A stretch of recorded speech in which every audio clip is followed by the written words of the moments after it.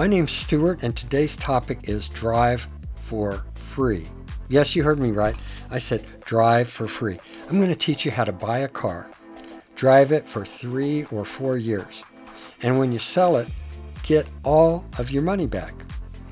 That sounds kind of like an ambitious project, but I'm with Living Large for Less, and it's all about saving a bunch of money and having fun in the process. And so this is an idea I came up with about 3.5 years ago. And basically I was spending too much money driving vehicles. And so I needed to come up with a strategy that would drastically reduce the cost of driving. And so I came up with this idea of how I could buy a used vehicle. It would be like 12 years old. And because it was an older vehicle, I didn't have to have a lot of money to buy it. Another thing is because I was going to pay cash for it, I wasn't going to have any interest costs, no monthly payments.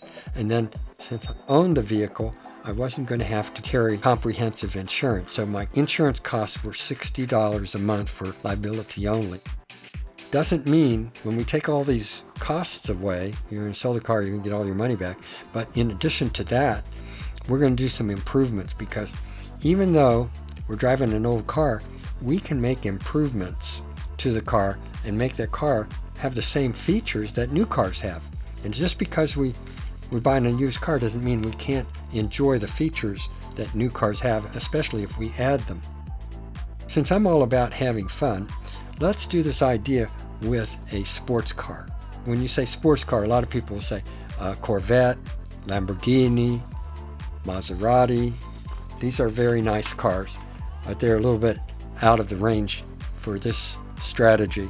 It's always good to do some research. So years ago, I found out that General Motors made 100,000 sports cars of a certain style. They were marketed in the US under 2 different names. So there was the Pontiac Solstice, and there was the Saturn Sky. 65,000 of the Pontiacs and 35,000 Saturns. So basically, let's see what we're talking about here. So we've got a red one and a yellow one. And these are definitely sports cars. They're 2-seater, they're convertible, they have independent suspension. They are a lot of fun to drive. The other model is the Saturn Sky. I happen to like those a little more. If you want a good deal on a used car, what you have to do is first decide what is the brand that you're interested in. The second thing is you decide what model. And once you get down to the model, then it's good to spend a couple of months and learn to do a good job of selecting the right one. I went to used car dealers and I drove Saturn Skies, and I got on Craigslist and I went to look at them, and I looked on eBay. And after 2 months, I could narrow it down to just 2 cars. That's what you want to do, get down to the final 2. Now, if you're not a real good mechanical car person, then maybe you should bring somebody along when you're actually making this last decision. Is it, you're going to go with this car or that car? You pick the one that is your best option.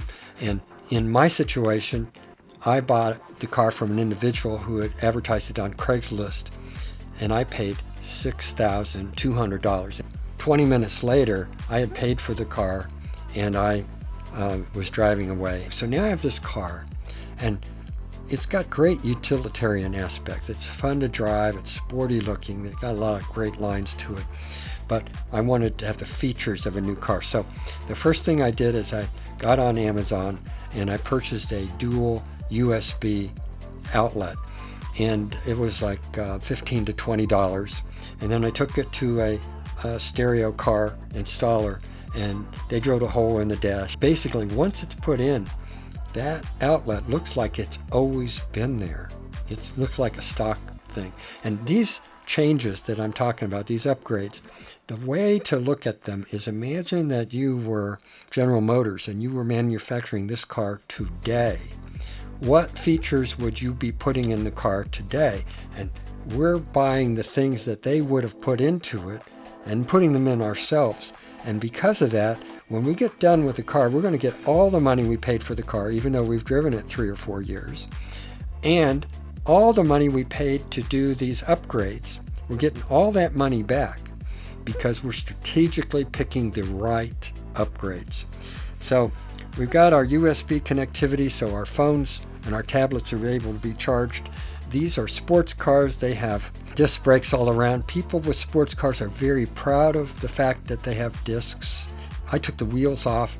I paid $7 for a can of red spray paint, masked everything else off except the calipers, painted them, and after an hour I had painted calipers on all around, and my car looked like it was new in terms of the way the calipers were. Another thing I can tell you is that headlights have changed a lot in the last 12 years. And the old headlights were incandescent, and the new ones are LED. And so go on Amazon, or you can go to other parts places, and I bought LED replacements, and you put in the model and the year, and it's plug and play. So raise the hood, take the wiring connection off, pull the plug out, turn it left, pull it back, put the new bulb in, turn it right, you'll hear it click, put the wiring harness connection back in place, and now you have new bright LED lighting. Now, these changes that we're making to the car, you can make them over the period of the 3 or 4 years you're going to drive the car. My recommendation is to do these up front, and that way, for the 3 or 4 years you're driving the car, you get the new feeling, you get the features of the car for the whole driving experience. But like I said, you only have to accomplish them before you sell the car to make this strategy work. So the first thing is they had these 5-spoke chrome wheels. That's the look that they all have. And so new car wheels are a little different look, and so I got on Amazon and I found some alloy wheels that were gloss black, and they had this red band around the outside, and the red band was perfect because the seat color has red highlights and the Saturn logo has the red, so that was an easy choice to make. Let me share with you on wheels. Don't go crazy on wheels. Don't spend $200 or $300 or $400 a wheel, because if you do, you're not going to get that money back. But at $100, $125, that's an investment that upgrades the look of the car, and you'll get all that money back. The next concept is the idea of the sound system. Now, this car that I purchased was used, and the biggest flaw it had was a couple of the knobs on the stereo were not functioning correctly. And so this is where you get a lot of return for your investment. So I bought a touchscreen system. It cost me like $275 and a little installation cost. Came up with 35 watts per channel times 4 for the speakers, so a nice power to the speakers. Had a 10-band equalizer so I could fine-tune the way the speakers performed. Had the GPS navigation, so you put in where you want to go, it tells you turn by turn how to get there. Had hands-free connectivity, so when you're talking you don't have to have your phone next to your ear. Legally, that's a good advantage to have. And this particular one also had a backup camera as part of the system, and it also had an auxiliary video input. So for another $30, I was able to buy a second camera. So I had the backup camera, but then I also had the front camera. And I put a switch under the dash that when I flipped the switch, it would tell the amplifier that I was in reverse, even if I was driving forward. And so then I had a second switch that would let me pick the camera. So any time I'm driving down the road, if I want, I can tell the camera to come on and let me see what's in front of me or behind me. And the reason you have the front camera is these cars sit really low. When you drive up to a parking place, if you're not watching what you're doing, you're going to crunch the front of the car. And so the front camera lets you see where you're at. I can get within 2 inches of a parking thing and never touch the car with it.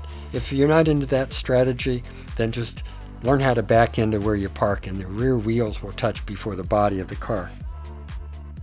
Another consideration is the sound system on this car has to be exceptional, because when we sell it, we're going to sell it to somebody that's going to be performance minded.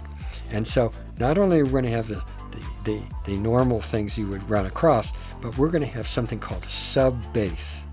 Sub-bass and a sub-bass separate amplifier will not fit in the cabin of the car, but in the back where the top is stored, there's a place you can custom build in the sub-bass speakers and mount the amplifier, which is what I did. So now you have incredible sound. The last thing that I did to the car you'll find kind of interesting, and that was I put a trailer hitch on the car. Now you're going to say, you put a trailer hitch on a sports car? Well, the Sky and the Saturn are great for towing trailers. They're rear-wheel drive, which makes a good towing vehicle.